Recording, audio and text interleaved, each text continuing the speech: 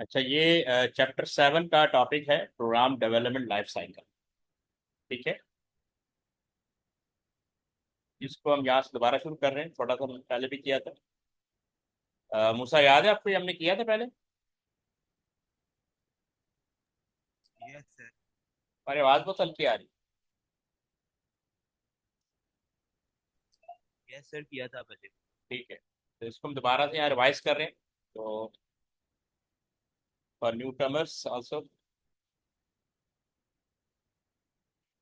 Ji, Maniya, how are you? Assalamualaikum, sir. I'm fine, sir. How are you? Good. अच्छा, ये paper 2 का chapter 7 है। ठीक है। उसके अंदर ये पहला टॉपिक है आपका प्रोग्राम डेवलपमेंट लाइफ साइकिल। इसका बेसिक पर्पज ये है कि जब हम सॉफ्टवेयर डेवलपमेंट करते हैं तो वो सॉफ्टवेयर डेवलपमेंट जो है वो डिफरेंट स्टेजेस से पास ऑन होके डेवलप होता है। तो उसकी फर्स्ट स्टेज जो है वो एनालिसिस होती है। ठीक है। सेकेंड डिज़ाइन होती है, फिर कोडिंग होती है, फिर टेस्टिंग होती है, और फिर मेंटेनेंस होती है। तो यहाँ पे 5 स्टेजेस दी हुई है। अ, लेकिन ये 6 भी हो सकती हैं, ये 8 भी हो सकती है, 9 भी हो सकती है, but right now they have given 5 stages. और मेनली 4 स्टेजेस आपकी सिलेबस में है, 4 स्टेज। कोई भी सॉफ्टवेयर जब डेवलप होता है तो इन स्टेजेस से पास ऑन। सॉफ्टवेयर डेवलप करने का पर्पज क्या होता है कि जो ऑर्गेनाइजेशन है या फर्म जो है वो अपने सिस्टम को या तो अपग्रेड करना चाह रही है, या पहले से वहाँ पे कंप्यूटराइजेशन है, या वो मैनुअल सिस्टम से तो कंप्यूटर सिस्टम की तरफ आना चाह रही है। तो किसी न किसी सॉफ्टवेयर हाउस को कॉल करेंगे, वो लोग आएंगे। सबसे पहले वो जो रनिंग सिस्टम है यानी एग्जिस्टिंग सिस्टम उसको स्टडी करें। ये एनालिसिस का पार्ट है। एनालिसिस में क्या होता है? Process of investigation using abstraction and decomposition what a program position decomposition to specify what a program does. यानी वे बेसिकली स्टडी करेंगे ये जो एग्जिस्टिंग सिस्टम हमने प्रोग्रामिंग करनी है या उसका कोडिंग करनी है या डेवलपमेंट करनी है, वो एक्चुअली काम कैसे कर। जब एनालिस्ट बीइंग एनालिस्ट आपको उसको एनालाइज करना हो। When you have done analysis then you go for design. Analysis की बेसिस पे you have to perform design, यानी आप डिजाइन यानी पीस ऑफ पेपर पे खुद डिजाइन करते हैं कि सिस्टम वर्कआउट कैसे करेगा इन टर्म्स ऑफ कंप्यूटर। उसके लिए डिफरेंट टूल हम यूज करते हैं, जैसे स्ट्रक्चर चार्ट है, फ्लो चार्ट है, सूडो कोड है, with the program specification from analysis to show how the program should be developed. ठीक है। अच्छा, फिर कोडिंग। जब ये डिजाइन स्टेज डेवलप हो जाती है तो फिर कोडिंग। कोडिंग का मतलब है कि हम किसी पर्टिकुलर लैंग्वेज के अंदर डिजाइन को कन्वर्ट करेंगे। वो लैंग्वेज जावा हो सकती है, विजुअल बेसिक हो सकती है, और पाइथन हो सकती है, और कोई लैंग्वेज हो सकती है, डिपेंड ऑन यूजर। यूजर क्या चाह रहा है। तो ये इसमें बेसिकली हम क्या करते हैं? Writing and iterative testing of the program और सूट ऑफ प्रोग्राम, यानी बेसिकली इसके अंदर एक्चुअल प्रोग्रामिंग को हम परफॉर्म करते हैं। जब हमारा सॉफ्टवेयर कंप्लीट रेडी हो जाता है तो फिर हम टेस्टिंग की तरफ चले जाते हैं। टेस्टिंग का मतलब है कि हम उसको टेस्ट करते हैं कि अकॉर्डिंग टू गिवन डेटा, चाहे वो आर्टिफिशियल डेटा हो या रियल डेटा हो, क्या सॉफ्टवेयर वर्कआउट कर रहे हैं। क्योंकि बहुत सारे बग्स आपको यहाँ टेस्टिंग स्टेज पे पता लगते हैं। जब हम एक्चुअल डेटा इनपुट करते हैं तो हमारी रिक्वायर्ड रिपोर्ट वो जनरेट करता है नहीं करता है, वो यहाँ पे पता लगता है। Maintenance not part of syllabus, लेकिन फिर भी बताया था, जब सॉफ्टवेयर डेवलप हो जाता है और हम उसको इंस्टॉल कर देते हैं यूजर साइड पे, उसके बाद इसकी मेंटेनेंस फेज स्टार्ट होता है। क्योंकि यूजर की रिक्वायरमेंट जब वो खुद चलाना शुरू करते हैं तो फिर बहुत सारी इंफॉर्मेशन, नई इंफॉर्मेशन डेवलप होती है कि उसमें बहुत सारे रिक्वायर यानी डेफिशिएंसी जनरेट हो जाती है। उसको मेंटेन करवाते हैं, बग्स जनरेट होते हैं उसको करेक्ट करवाते हैं। तो ये भी एक स्टेज है कि ये through out the life maintenance भी हो रही होती है किसी भी सॉफ्टवेयर। यहाँ तक सबको क्लियर है? यहाँ किसी यस को सर। परेशान? ओके। किसी को कोई भी इशू हो वो मुझे ही और she can raise hand. Okay. फिर यहाँ पे ये देखें साइकिल दिया हुआ है। ये सबसे पहले स्टेज एनालिसिस है। कोर्स के साथ 4 स्टेजेस दी हुई। एनालिसिस से डिजाइन, डिजाइन से कोडिंग, और कोडिंग से टेस्ट। तो ये बेसिकली आपका साइकिल चल रहा है। यहाँ लिखा हुआ है when creating any new program developer follow a process called the program development life cycle. पूरा प्रोसेस फॉलो होता है। This consist of 4 stages: analysis, design, coding and test. So it is a cycle and not a linear process because after developing the software, it is often necessary to go back to the start of the process again if something has been discovered during. Sometime होता है कि हमने analysis से design पे आगे यहाँ पे आके फील हुआ कि हमारा जो एनालिसिस है ना वो ठीक नहीं, वी शुड गो बैक, तो फिर दोबारा से एनालाइज करते हैं। इवन जब हम डिजाइन से कोडिंग पे आ जाते हैं, कोडिंग के टाइम पे आइडिया होता है कि हमारी डिजाइन में कुछ लूप होल है, गो बैक, फिर हम डिजाइन को करेक्ट करते हैं। इसी तरह जब हम टेस्टिंग की तरफ जाते हैं, टेस्ट करते हैं, तो फील होता है कि कोडिंग में कुछ प्रॉब्लम्स है, उसको जाके करेक्ट किया जाए, टेस्टिंग से फिर दोबारा एनालिसिस, इस तरह एक पूरा प्रोसेस चलता है, इसीलिए इसको लाइफ साइकिल कहते हैं। अब ये एनालिसिस के बारे में कुछ ये भी यहाँ पे डिटेल डिटेल। स्टेज 1 में क्या होता है? Analysis focus on understanding client requirement, ठीक है। The client can be an organisation और द एंड यूजर वो है जो आपका सॉफ्टवेयर यूज करे। तो क्लाइंट आप कोई ना कोई ऑर्गेनाइजेशन ही होगी, नॉर्मली ऑर्गेनाइजेशन ही होती है। दिस स्टेज में इन्वॉल्व अनपीसी सेशन और negotiation, data collection and information exchange. यानी इस स्टेज पे आपकी बहुत सारी मीटिंग क्लाइंट के साथ होंगी, ठीक है। You will ask many question, ठीक है। Through analysis, thorough analysis is crucial to avoid repetitive correction and delays in the process। एक ही दफा thorough analysis कर ले, इससे पहले कि आप डिजाइन स्टेज की तरफ मूव करें, यू शुड thorough analysis, ठीक है, thorough analysis कर लें ताकि जितनी भी इन्वेस्टिगेशन आप कर सकते हैं एग्जिस्टिंग सिस्टम को, जितना उसको अंडरस्टैंड करेंगे उतना आपका डिजाइन बेटर होगा। अदरवाइज क्या होगा कि डिजाइन में इश्यूज आएंगे, डिजाइन डेवलप नहीं होगा तो कोडिंग नहीं होगी, कोडिंग नहीं होगी तो टेस्टिंग नहीं होगी, इस तरह पूरा हर स्टेज पे आप बाउंड हो जाते हैं। इन द एनालिसिस स्टेज क्या होता है? अनपीसी session and negotiation are essential for understanding client का। बेसिकली आप डिस्कस करते हैं क्लाइंट के साथ की जितनी प्रॉब्लम। अनपीसी का मतलब है कि अनलिमिटेड मीटिंग्स आप करते हैं, जितनी मीटिंग आप क्लाइंट के साथ होंगी उतना सिस्टम को आप क्लियरली अंडरस्टैंड कर सकते हैं। These sessions involve discussion, clarification, and reaching agreement to the projects। क्योंकि एनालिसिस स्टेज पे, हर स्टेज पे आपने यूजर से साइन लेने होते हैं, जब कि आपकी सारी रिक्वायरमेंट हमने डिस्कस कर ली है, जो जो कुछ आपने बताया था हमने इसको स्टडी कर लिया है, तो वो साइन करेगा। ऐसा ना हो कि बाद डिजाइन स्टेज पे या डेवलपमेंट कोडिंग स्टेज पे बोले कि मैंने ये तो कहा ही नहीं था, या मैंने कहा तो आपने किया नहीं था। एवरी स्टेज जो है वो डॉक्यूमेंटेड होती है, साइंड होती है। So they help ensure that both client and the development team have a clear understanding of the project needs and इस स्टेज पे आप दोनों पार्टीज को क्लियर होता है कि उन्होंने करना क्या है, इसको एनालाइज कैसे करना है, इसको आगे डिजाइन कैसे करना है, इस स्टेज पे क्लियर हो रहा है। इसके अंदर एक रिक्वायरमेंट्स एनालिसिस होती है, एनालिसिस का भी पार्ट है ये। After initial discussion and analyst will sketch out the requirement, यानी यूजर की जितनी भी रिक्वायरमेंट है उसको यहाँ पे वो फाइनलाइज करेंगे। इशू क्या आएगा? लिमिटेड रिसोर्सेज और टीम स्ट्रेंथ एंड वीकनेस में इम्पैक्ट दिस प्रोसेस। यानी अगर क्लाइंट का बजट शॉर्ट है, ठीक है, या सॉफ्टवेयर बनाने वालों की अपनी टीम में इशू आ रहा है, प्रॉपर उन्हें को सॉफ्टवेयर डेवलपर नहीं मिल रहा, प्रॉपर उन्हें एनालिस्ट नहीं मिल रहा, ये भी इशू हो सकता है। तो टीम स्ट्रेंथ वीक हो जाएगी और उससे प्रोसेस, जो भी प्रोजेक्ट का प्रोसेस है वो इम्पैक्ट होगा। तो make task achievable and minimise it is essential conduct a feasibility study. Analysis से पहले एक स्टेज होती है प्री एनालिसिस, उसके अंदर हम ये फिजिबिलिटी स्टडी कहते हैं। फिजिबिलिटी स्टडी का मतलब होता है फिजिबल, क्या ये प्रोजेक्ट जिसको हम कंप्यूटराइज करने जा रहे हैं इज इट फिजिबल और नॉट फिजिबल। क्योंकि अगर हम फिजिबिलिटी स्टेज, जब तक फिजिबिलिटी स्टडी यानी कि रिपोर्ट डेवलप होती है, अगर वो अप्रूव नहीं होती तब तक हम एनालिसिस स्टेज को स्टार्ट नहीं करेंगे। क्योंकि स्टार्टिंग एनालिसिस का मतलब है कि क्लाइंट ने आपको ओके कर दिया, they have a budget and, और आप उसको कैरी आउट करें।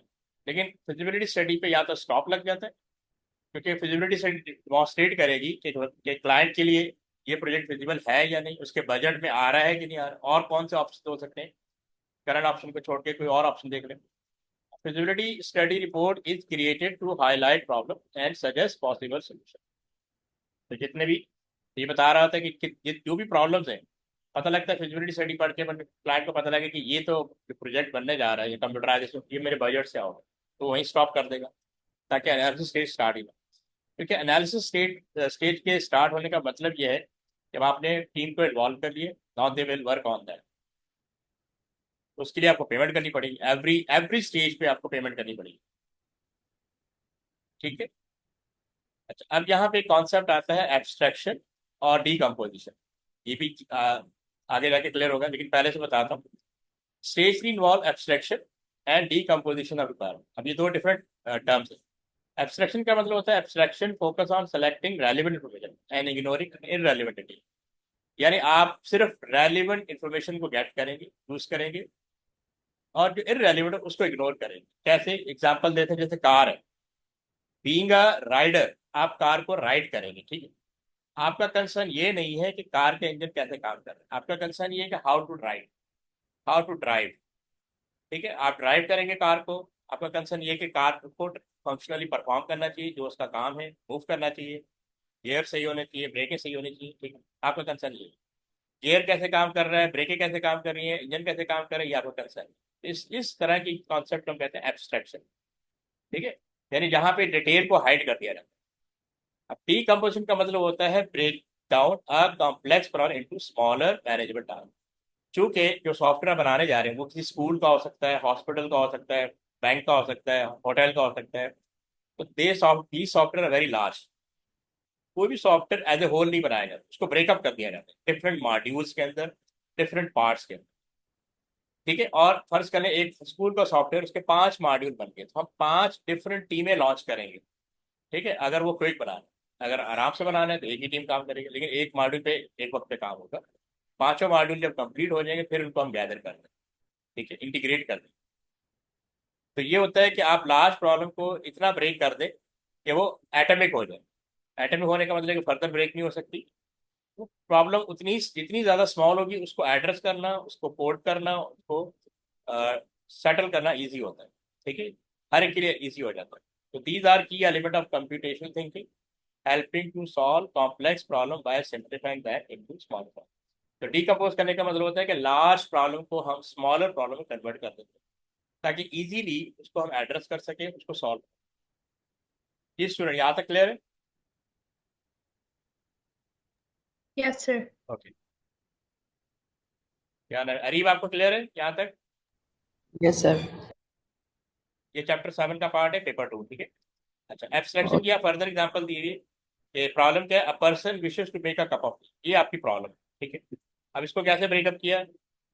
इंफॉर्मेशन ऑब्टेन, आपके पास क्या क्या होना चाहिए, टी बैग होना चाहिए, मिल्क होना चाहिए, शुगर होना चाहिए, वाइट मग होना चाहिए, वाटर, कैटल और टी पॉट, ये सारे एलिमेंट्स होने चाहिए, तो आपका कप ऑफ टी रेडी हो जाएगा। अब इसमें एब्स्ट्रैक्टेड इन्फॉर्मेशन क्या है? We can ignore the colour of the mug as this is not relevant to this particular problem. Mug का कोई भी कलर हो, आपने चाय पी ली या कॉफी पी ली, ठीक है, तो इररेलेवेंट है, उसको हम इग्नोर कर सकते हैं, लेकिन बाकी चीज़ों को इग्नोर नहीं कर सकते। अब जैसे यहाँ पे उन्होंने, अच्छा, डीकम्पोज कैसे करेंगे? A person wishes to make a cup of tea, इसको देखा 4 स्टेजेस में डिवाइड कर दिया। This complex problem can be broken down into 4 smaller problem. Water होना चाहिए, कंबाइन, यानी इसको मिक्सिंग होनी चाहिए, पर्सनलाइज एंड सर्व। अच्छा जी, वाटर में क्या क्या आएगा? Water, fill the kettle with water and heat it until reaches boiling point. ठीक है, यानी उस वक्त तक हीट करते रहे जब तक ये बॉयल ना हो। पहला प्रोसेस। कंबाइन क्या करना है? Add the water to tea bag in either a tea pot और mug and leave for a set time, ताकि वो मिक्सिंग हो जाए। अच्छा, फिर पर्सनलाइज का मतलब क्या है? Remove tea bag from water, pour tea into a mug and add the sugar and milk to taste. तो ये थर्ड स्टेज पे ही हो गया। सर्व क्या है? Stir the tea and drink it properly. यानी a person wishes to make a cup of tea को इसने 4 स्टेज में डिवाइड करके उसको परफॉर्म कर। तो आपके सॉफ्टवेयर भी ऐसे ही बनते हैं, ठीक है ना। ये बहुत लार्ज लेवल के सॉफ्टवेयर होते हैं, उनको ब्रेकअप करके हम सॉफ्टवेयर डेवलप करते हैं, स्मॉल लेवल पे डेवलप करके फिर उन्हें इंटीग्रेट कर देते हैं। तो ये वो कंबाइन का मतलब ही होता है इंटीग्रेट कर देना। अच्छा, ये प्रॉब्लम, ये यहाँ पे कोई इशू किसी को? एनीबडी? No sir. No, अब sir. आप, ओके, अब आपकी सेकंड स्टेज डिजाइन स्टेज हो जाती है। जिन लोगों ने सूडो कोड किया उनको आइडिया होना चाहिए सूडो कोड फ्लो चार्ट। तो डिजाइन स्टेज पे हम सूडो कोड बनाते हैं, यानी जो भी हमने स्टडी किया है जिस सिस्टम, उसकी बेस पे हम अपने सूडो कोड बनाएंगे। ठीक है, सूडो कोड बनाएंगे, फ्लो चार्ट बनाएंगे, स्ट्रक्चर डायग्राम बनाएंगे, और बहुत सारे टूल्स होते हैं जिसकी बेस पे हम पूरा सॉफ्टवेयर डिजाइन करते हैं। और ये सारा काम पीस ऑफ पेपर पे होता है, ये याद रखिएगा, सॉफ्टवेयर हमेशा पीस ऑफ पेपर पे डिजाइन होता है। हाँ, उसकी कोडिंग जो है उसके लिए हमें कंप्यूटर की जरूरत पड़ती है। वो फिर हमें जावा, विजुअल बेसिक या पाइथन, जो भी लैंग्वेज यूजर ने आपसे कहा है उसके अंदर डेवलप करनी पड़ेगी। अब क्या in the design phase developer continue decomposition from the analysis phase. तो यहाँ पे भी डीकम्पोज कर रहा था, प्रॉब्लम को ब्रेक डाउन करता चला जाएगा। तो visual of the end project are drawn up, so including structure diagram to visualize the goal. यानी स्ट्रक्चर डायग्राम के थ्रू वो विजुलाइज कर लेगा कि हमारा ये सॉफ्टवेयर डेवलप हो जाएगा या नहीं हो जाएगा, ठीक है। ये आगे आके स्ट्रक्चर डायग्राम आगे डिस्कस करेंगे। Coding for these visual representation begin at this stage. तो एक तरह से एक स्टार्टअप हो जाता है कोडिंग का भी, क्योंकि डिजाइन स्टेज कंप्लीट होते ही कोडिंग स्टार्ट हो जाएगी। Developer create flow chart to show how the decompose part of the program will run. अब या तो सूडो कोड लिखा हो प्लस उसका फ्लो चार्ट भी लिखा हो, तो आपके लिए और इजी हो, क्योंकि जो कोडर होता है ना वो डिफरेंट हो सकता है। ये लाजमी नहीं है कि एक जिसने एनालाइज किया है वही डिजाइन कर, डिजाइनर डिफरेंट हो सकता है, प्रोग्रामिंग लैंग्वेज का एक्सपर्ट डिफरेंट हो सकते हैं, ठीक है। उसकी अंडरस्टैंडिंग के लिए आपका डिजाइन जो है वो यानी एरर फ्री होना चाहिए, including decision and input. Pseudocode is developed to describe complex problem and instruction in plain English। या तो यानी प्रॉब्लम को स्पेसिफाई करना होता है, या तो pseudocode के थ्रू करना होता है, या इंग्लिश लैंग्वेज के अंदर आप उसको डिफाइन करते हैं। Pseudocode help ensure instruction make sense before the actual coding process begin। क्योंकि कोडिंग कभी भी डायरेक्ट नहीं की जाती, पहले pseudocode से प्रॉब्लम को अंडरस्टैंड करते हैं, क्योंकि जितना थारो एनालिसिस होगा, जितना डिजाइन क्लियर होगा, उसी बेस पे कोडिंग को करना भी आसान होता है, वरना कोडिंग करना बहुत डिफिकल्ट टास्क होता है बिकॉज ऑफ डिजाइन कॉम्प्लेक्सिटी। अब ये देखें, ये फ्लो चार्ट दिया हुआ है, यानी उसी प्रॉब्लम को इन्होंने पहले सूडोकोड राइट किया था, सूडोकोड कह लें या इंग्लिश रिटन स्टेटमेंट कह लें, ठीक है। पीछे जो हमने 4 सीरीज की उसको यहाँ पे फ्लो चार्ट के थ्रू भी आप एक्सप्लेन कर सकते हैं। Making a cup of T the water state, a flow chart for this particular decompose problem might look like this. जो पोर वाटर इनटू कैटल, ये हो गया। फिर आपने स्विच ऑन कैटल किया, इफ द वाटर बॉइलिंग, सिर्फ अभी ये सिर्फ वाटर का, यानी सिर्फ वाटर का फ्लो चार्ट दिया है, ठीक है। हर स्टेज का फ्लो चार्ट अलग बनेगा। अगर वो यस है तो एंड हो जाएगा, नो है तो आप वेट करें। इस तरह एक ये चलता रहेगा आपका वाटर जब तक बॉयल नहीं हो। अच्छा, अब यहाँ पे कोडिंग आगे थर्ड स्टेज आपकी कोडिंग होती है। Coding and iterative testing is also known as implementation stage. तो कोडिंग जब होगी तो ही इम्प्लीमेंटेशन होगी। तो कोडिंग क्या है? Programmer right code for design module including input output and form. ये अगर हम कैलकुलेटर की एग्जाम्पल लें तो ये यानी कैलकुलेटर बनाना है, तो कैलकुलेटर में एडिशन, सब्ट्रैक्शन, मल्टीप्लाई, डिवाइड या रिमाइंडर, जो भी कैलकुलेटिंग फंक्शन है वो सारे यहाँ पे परफॉर्म हो रहे हैं। तो कोडिंग करने का मतलब है कि अब आप किसी लैंग्वेज को यूज करते हुए डिजाइन को कन्वर्ट कर देंगे into computer form. The individual module are there link together to form a complete system. देखिए ना, इंडिविजुअल मॉड्यूल का मतलब है कि मैंने जो आपका सॉफ्टवेयर था वो 5 मॉड्यूल में कन्वर्ट होगा, हर मॉड्यूल सेपरेटली डेवलप होगा, और इसी स्टेज पे हम पांचों मॉड्यूल को इंटीग्रेट कर देंगे या गैदर कर देंगे या कंबाइन कर देंगे, तो एक कंप्लीट सॉफ्टवेयर बन जाएगा। तो analyst plan a testing strategy which include detailed test plan for all program to be tested. सिर्फ प्रोग्राम बना लेना ही सक्सेस नहीं है, कि टेस्टिंग बताएगी कि आपका प्रोग्राम कितना सक्सेसफुल बना है, कितना एरर फ्री है। क्योंकि जब डेटा इनपुट होगा तो हमें पता लगता है कि इसमें बहुत सारे बग्स हैं, बहुत सारे, इसको रिमूव करने की जरूरत है, ठीक है। और यहाँ पे भी हमें आइडिया होता है कि हमारी कोडिंग में कोई इशू आ रहा है, कोडिंग पे आइडिया होता है कि डिजाइन में इशू है, डिजाइन पे आइडिया होता है कि हमें एनालिसिस की तरफ दोबारा देखना पड़ेगा। तो ये कोडिंग स्टेज है। फिर यहाँ पे फोर्थ स्टेज आपकी टेस्टिंग है। Testing require a well defined test strategy. Testing different types की होती है, अभी आगे आएंगी इनकी detail. The system is divided to small section, tested for input, कि वो इनपुट ले रहा है या नहीं ले रहा। वैलिडेशन भी कॉन्सेप्ट आएगा, वैलिडेशन और वेरिफिकेशन इसी से related. Output generate, required output generate कर रहा है या नहीं कर रहा, एंड वैलिडेशन रूल। अभी नेक्स्ट टॉपिक हमारा ये वैलिडेशन रूल है, यानी डेटा को वैलिडेट करना अकॉर्डिंग टू रूल्स वो डेटा एक्सेप्ट हो रहा है या नहीं हो रहा। Test data is use for all test. इसमें यूनिट टेस्टिंग होती है, check individual part of the code, यानी एक एक यूनिट को हम चेक करेंगे। ओके, इसी तरह मॉड्यूल टेस्टिंग होती है। अच्छा, एक टेस्टिंग ये होती है इंटीग्रेशन टेस्टिंग। ये कब होती है? जब सारे मॉड्यूल को गैदर करने के बाद हम टेस्ट करें। Verify the combined code forming the complete program. The testing team report error to programmer and testing is repeated until no error are found. उस वक्त तक आप डेटा को, अपने प्रोग्राम को टेस्ट करते रहेंगे जब तक कि उसके अंदर सारे एरर रिमूव ना हो, क्योंकि सॉफ्टवेयर बनाने का पर्पज है कि ये एरर फ्री चले। जैसे ट्रेन का सॉफ्टवेयर है, अब ट्रेन के सॉफ्टवेयर में एरर आएगा तो ट्रेन जहां भी होगी रुक जाएगी, ठीक है। It should work error free. जैसे आप लोग सुपर स्टोर में जाते हैं, वहां पे सॉफ्टवेयर को काम करना चाहिए कि उसे आपकी जो स्लिप है आइटम की जो स्लिप है वो बनानी चाहिए। अगर वो कहीं पे स्टॉप हो जाएगा तो इसका मतलब सॉफ्टवेयर में कोई एरर है, तो आपका बिल नहीं डेवलप होगा। तो कंप्यूटराइज बिल के पीछे भी पूरा सॉफ्टवेयर चल रहा है। यहाँ पे दिया हुआ है, the program development cycle is divided to different stages. Analysis is the first stage. Describe the purpose of analysis. Who will explain? आप सब लोग चैट पे राइट आंसर करें। Write answer in chat, room chat. Can you do that?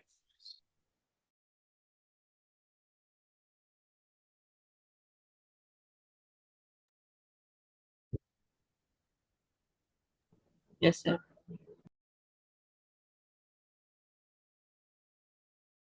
Okay, 2 minute है आपके पास। Just brief right कर दें ताकि मुझे आइडिया हो जाए कि आपको कितना क्लियर है, एनालिसिस का मतलब क्या है।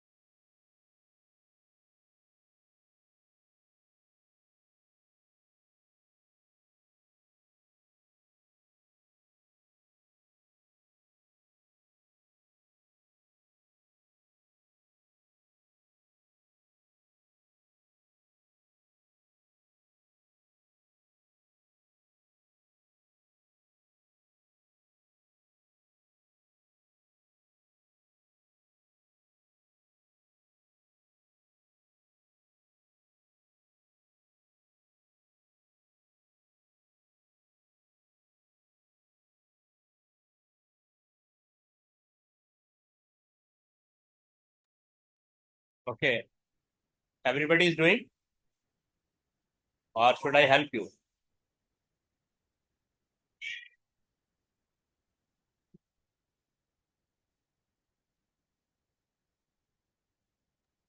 Sir, I'm doing it.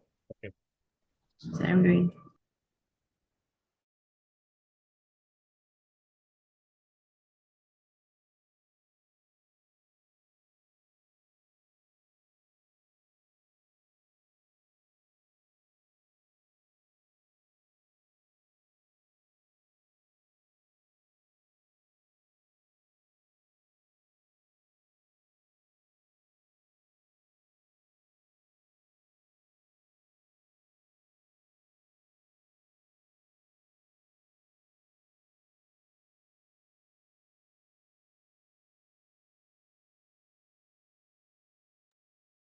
Okay मुसा,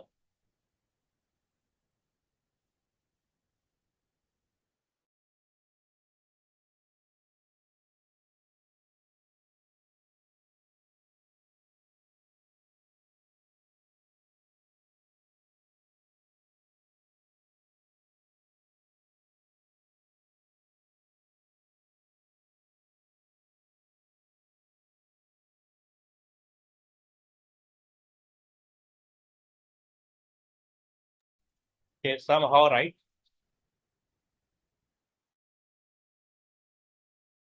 ये अरीब आप भेज रहे हैं?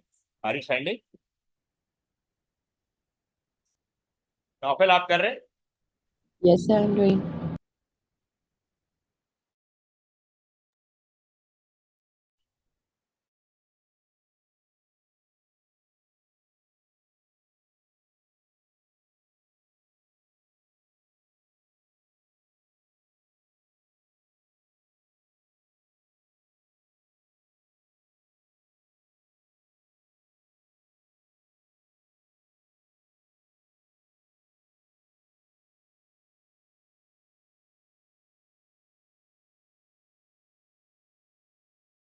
Okay, that's fine.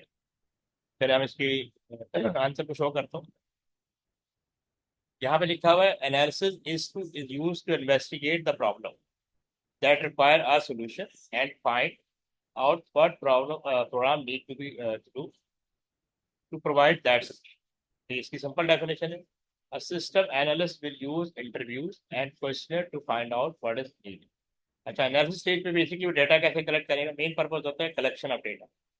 उसके लिए वो इंटरव्यू करेगा, ऑब्जर्वेशन करेगा, क्वेश्चनर डिस्ट्रीब्यूट करेगा, ठीक है, और फॉर्म्स को कलेक्ट करेगा। इनपुट क्या इनपुट्स हैं, क्या आउटपुट्स हैं, ये सब करेगा।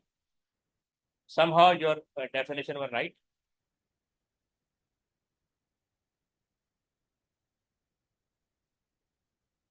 दो दफा, ठीक है। आप लोग इसका स्क्रीनशॉट ले लें, ठीक है, इसको थोड़ा सा करेक्ट कर लें।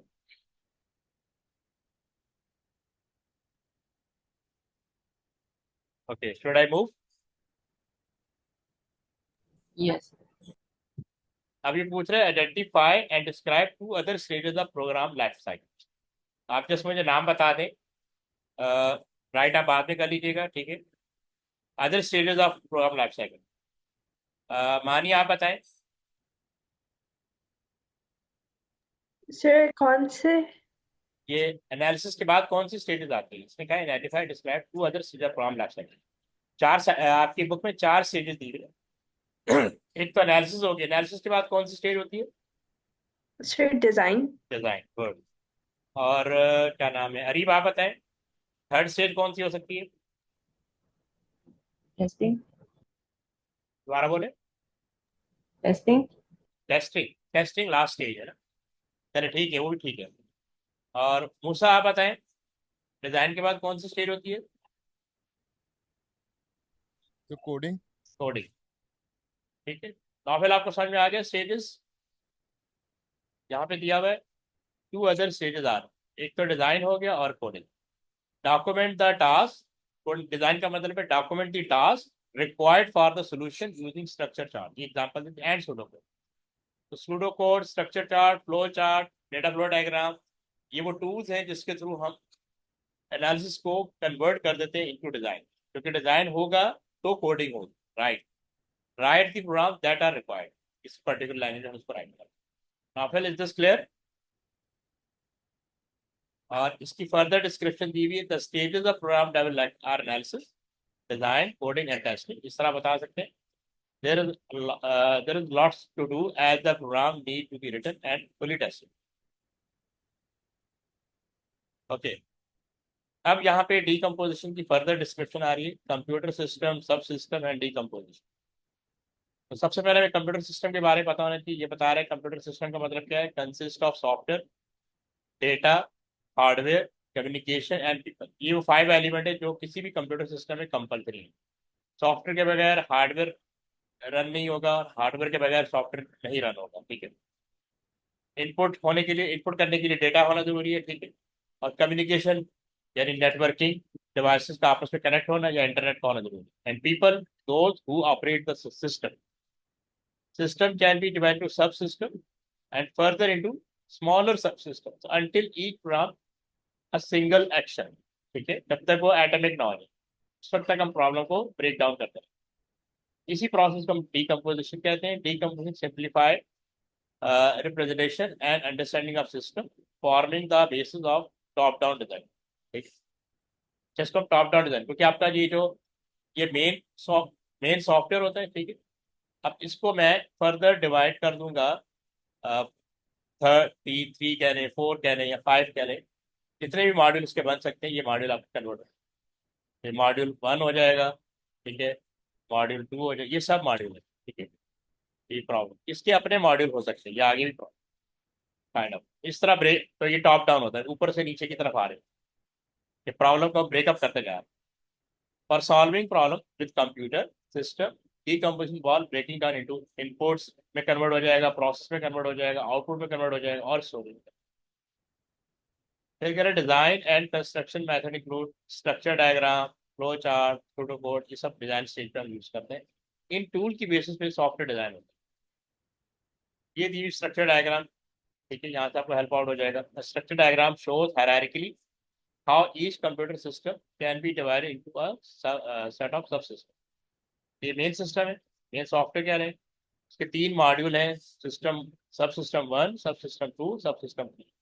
और सब सिस्टम 1 के फर्दर सब मॉड्यूल हैं, सब सिस्टम 1.1 और सब। तो इस तरह ये टॉप डाउन अप्रोच है। ये प्रॉब्लम को हमने ब्रेकअप करना शुरू किया, 3 मॉड्यूल में कन्वर्ट किया और जो सब सिस्टम 1 था उसको फर्दर 2 मॉड्यूल में कन्वर्ट कर दिया।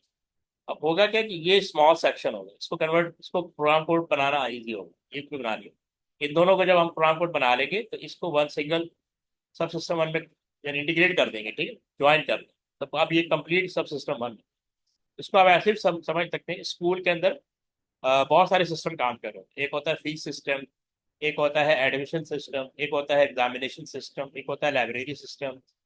तो आप इसको ऐसे भी समझ सकते हैं, अटेंडेंस सिस्टम। ये 4-5 सिस्टम होते हैं जो स्कूल के सॉफ्टवेयर को चलाने में हेल्प आउट करते हैं।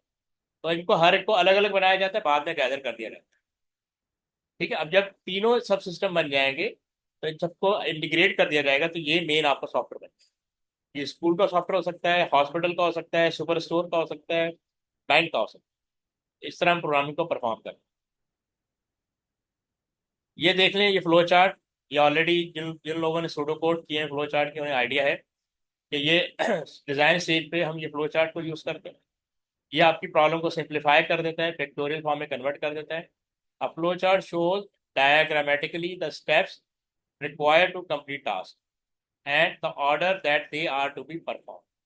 So these steps together with the order are called algorithm. Algorithm को अगर हम पिक्टोरियल फॉर्म में राइट करें, that is called flow chart. Flow chart are drawn using standard flow chart symbol as shown in the. तो यहाँ पे ये different की यूज दिए, टर्मिनेटर या स्टार, ये जो शेप होती है इसको हम कहते हैं टर्मिनेटर, या क्या कहते हैं, ये ओवल शेप होती है, इसकी ओवल शेप होती है। ठीक है, ये प्रोसेस के लिए हम ये रेक्टेंगल बॉक्स यूज करते हैं, इनपुट आउटपुट के लिए ये पैरेललोग्राम यूज करते हैं, डिसीजन के लिए ये डायमंड बॉक्स यूज करते हैं, फ्लो लाइन के लिए। ठीक। और ये इनकी डिस्क्रिप्शन लिखी हुई। ठीक है, ये जब समझ में आती है जब हम इसको प्रैक्टिकली परफॉर्म करते हैं। ये सूडो कोड के साथ हमें कुछ ऑपरेटर यूज करने होते हैं, अरिथमेटिक ऑपरेटर होते हैं, लॉजिकल ऑपरेटर होते हैं। ठीक है, तो यहाँ पे एग्जांपल दी हुई है। Pseudo code is simple method of showing an algorithm. तो सूडो कोड के थ्रू हम एल्गोरिथम को शो ऑफ करते हैं या राइट राइट करते हैं। तो describe what the algorithm does by using English key word that are very similar to those use in a high level programming language and meaningful identifier. ये variable की बात कर रहे हैं, प्रोग्राम वैल्यू को होल्ड करने के लिए हम यूज करते हैं। तो आपकी क्या है, जो भी आप सूडो कोड बना रहे होते हैं, प्रोग्राम कोड बना रहे होते हैं, उसके अंदर ये डिफरेंट ऑपरेटर यूज होते हैं। ठीक है, ये यहाँ पे सूडो कोड का स्टेटमेंट दिया हुआ है, एग्जाम्पल दिया हुआ है, हम ऑलरेडी कर चुके हैं, काफ़ी सूडो कोड हम कर चुके हैं। अच्छा, ये जो 10 है ये असाइन हो रहा है कॉस्ट को, यानी कॉस्ट इज अ वेरिएबल, या कॉस्ट को आप आइडेंटिफायर भी कह सकते हैं, वेरिएबल भी कह सकते हैं। वेरिएबल क्या होता है, मेमोरी की लोकेशन जहाँ पे वैल्यू स्टोर होती है। ठीक है, हमारा हर सारा डेटा मेमोरी में जाता है, जिसको हम रैम भी कहते हैं। ठीक है, अगर कोई यहाँ डेटा स्टोर है, जैसे 5 स्टोर है, जैसे 10 दिया हुआ है, 10 को स्टोर, तो 10 को स्टोर होने के लिए मेमोरी चाहिए, और मेमोरी की लोकेशन को कोई ना कोई नाम होना चाहिए। जैसे इस मेमोरी लोकेशन का नाम है कॉस्ट। वो आइडेंटिफायर जो वैल्यू को होल्ड करे during program execution, that is called variable. Every time value change, every time value change. ये आपके जो प्रोग्राम होते हैं वो सिंप्लीफाइड होते हैं या कंडीशनल बेस्ड होते हैं। ये कंडीशनल बेस्ड प्रोग्राम दिया हुआ है, if age less than 18 then output child else output error. तो इस तरह की प्रॉब्लम ऑलरेडी कर चुके हैं, जस्ट यहाँ पे शो कर रहा हूँ कि रिकॉल करने के लिए कि सूडो कोड राइट कैसे किया जाता है। कि अगर हम कंडीशनल स्टेटमेंट, तो एक तो मेथड ये होता है कि हम इफ देन एंड इफ और if then else end if ये वाला यूज करते हैं। ठीक है, और उसके बाद हम कंडीशनल, इसको हम केस ऑफ मेथड के थ्रू भी यूज कर सकते हैं। कंडीशन को स्पेसिफाई करने का एक मेथड ये भी है, या तो इफ देन एल्स यूज करें या केस ऑफ यूज करें। केस ऑफ ग्रेड लिखा, ग्रेड इज अ वेरिएबल जो वैल्यू को होल्ड करेगा। अगर इसके अंदर ए आ रहा है, इसका मतलब दिस इज ट्रू, आउटपुट करेगा एक्सीलेंट। अगर ग्रेड के अंदर बी आ रहा है तो इसका मतलब आउटपुट गुड होगा, सी आ रहा है तो आउटपुट एवरेज होगा, अदरवाइज आउटपुट।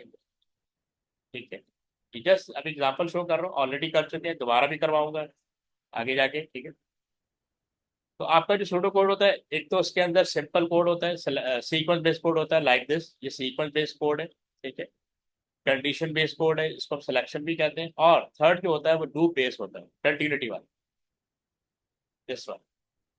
इसके अंदर आपको 3 लूप हम इस्तेमाल यूज करेंगे, ऑलरेडी हमने डिस्कस कर लिया था लास्ट टाइम, लास्ट वीक हमने यूज किया था। इसके अंदर आपको फॉर लूप मिलेगा, ये आउटपुट करेगा 10 टाइम्स स्टार को ऑन द स्क्रीन। ठीक है, यही कोड हम रिपीट एंटर में राइट कर सकते हैं, और यही कोड हम वाइल लूप में भी राइट कर सकते हैं। तो हर एक का अपना थोड़ा सा डिफरेंट वे आउट होता है कि आप प्रॉब्लम को कैसे राइट स्पेसिफाई करें।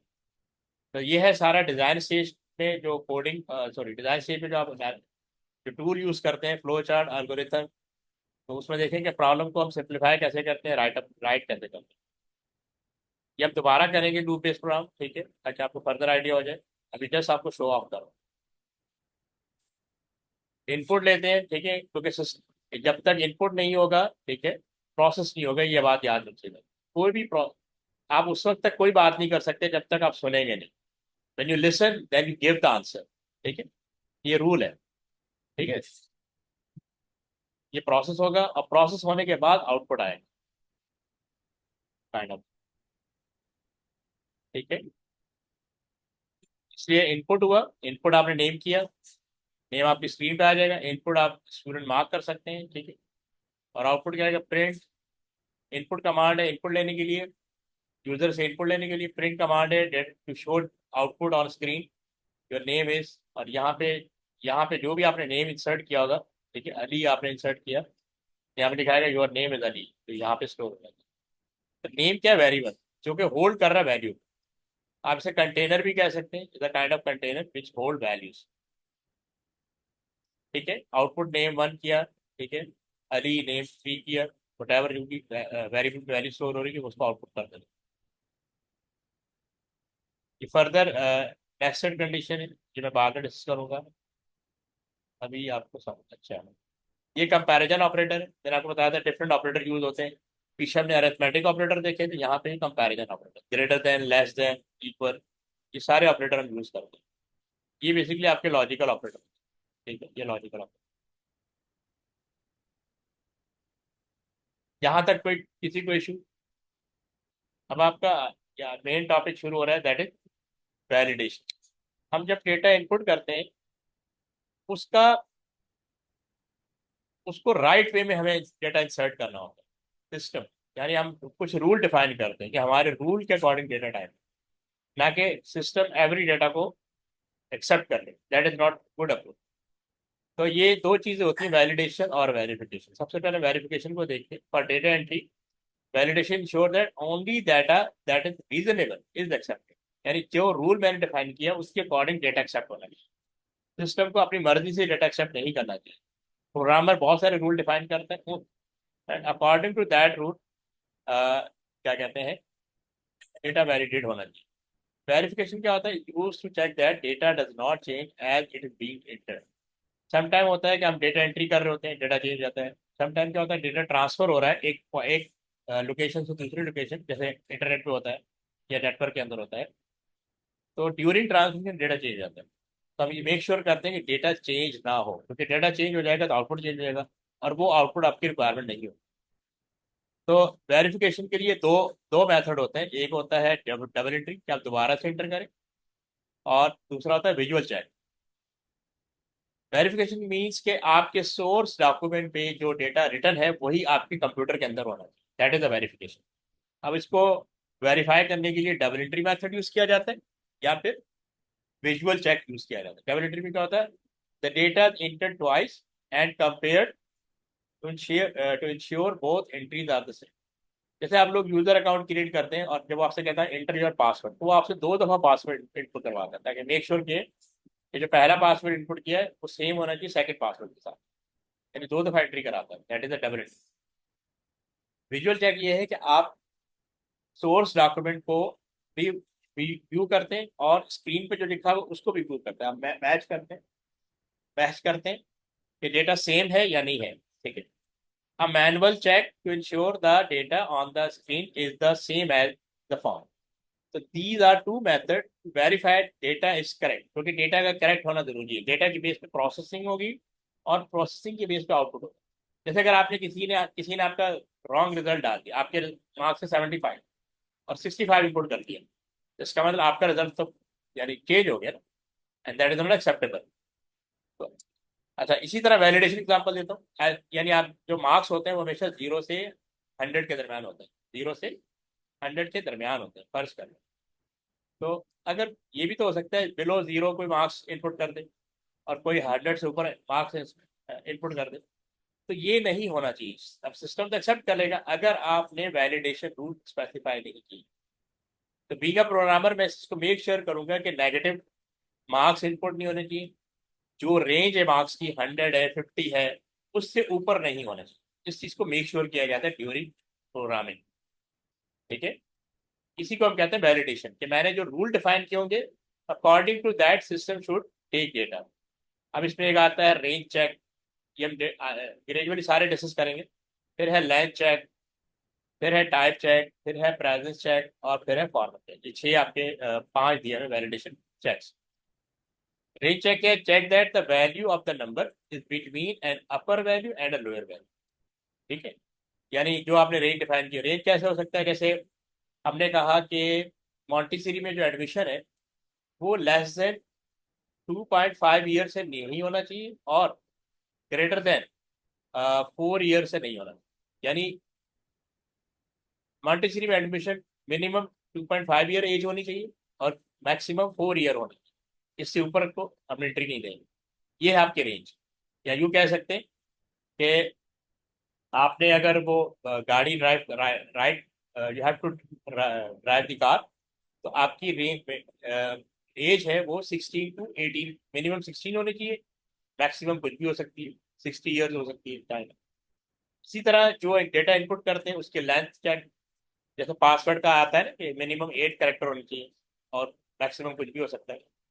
ये सारे check that data entered is a reasonable number और an exact number of character. Example अभी आगे आएंगे। ठीक है, फिर इसमें दिया हुआ है type check, check that the data entered is of a given data type. अच्छा, डेटा टाइप अभी हम प्रोटोकॉल में पढ़ते आ रहे हैं, इंटीजर होता है, कैरेक्टर होता है, स्ट्रिंग होता है, इस तरह इसके लिए हम टाइप चेक को यूज करते हैं। प्रेजेंस चेक का मतलब है कि आपने जो डेटा एंटर कर रहे हैं वो ब्लैंक नहीं होना चाहिए।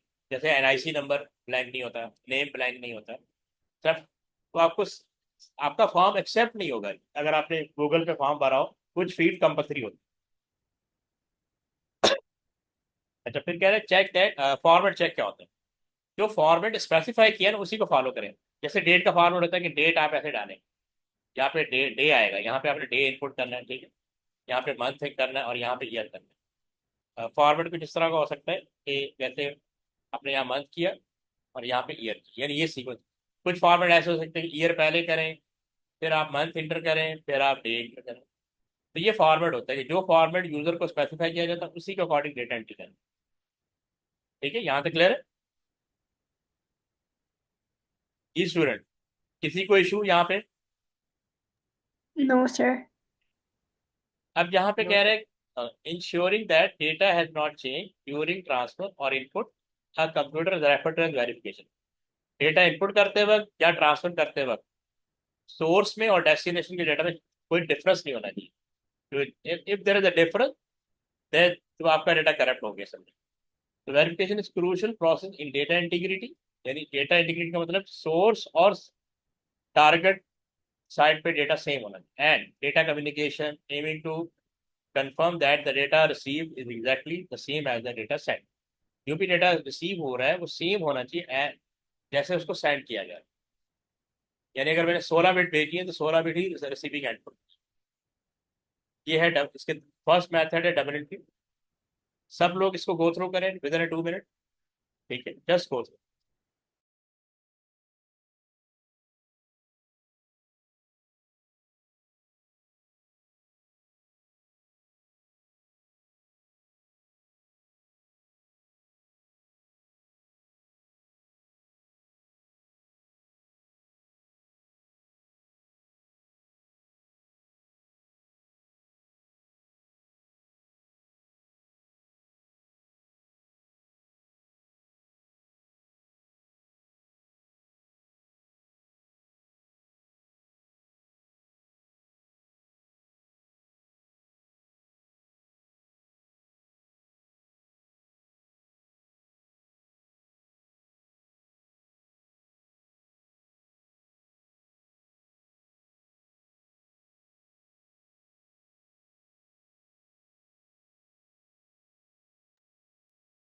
ये जो डिस्क्रिपेंसी लिखी है इसका मतलब होता है डिफरेंस। यानी आपने 2 दफा डेटा इंटर इंटर किया और दोनों को चेक करना है कि दोनों में कोई डिफरेंस तो नहीं है।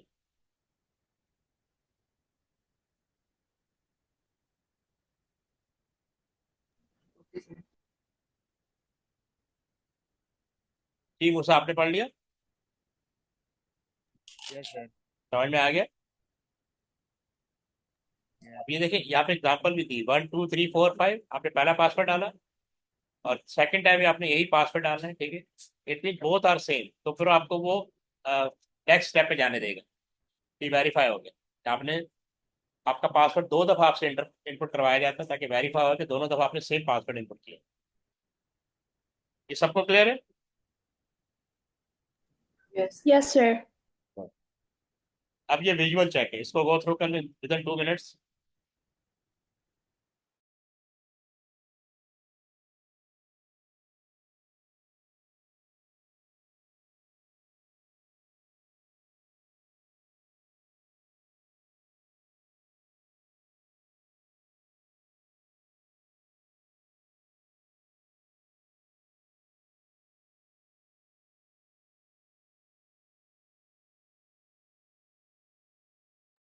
Done, sir. Good, you understand? Yes, sir.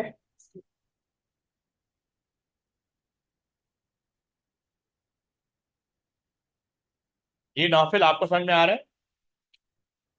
Sir, done. Ji sir, समझ। ठीक।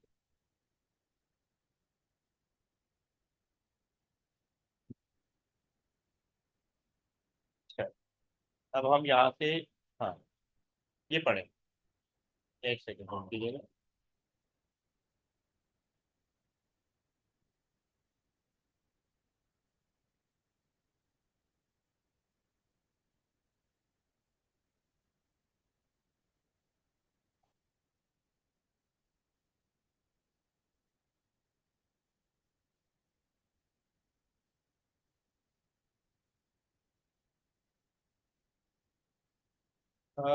ठीक है, तो आज के लिए काफ़ी है, इसको नेक्स्ट क्लास में कंटिन्यू करते हैं वैलिडेशन।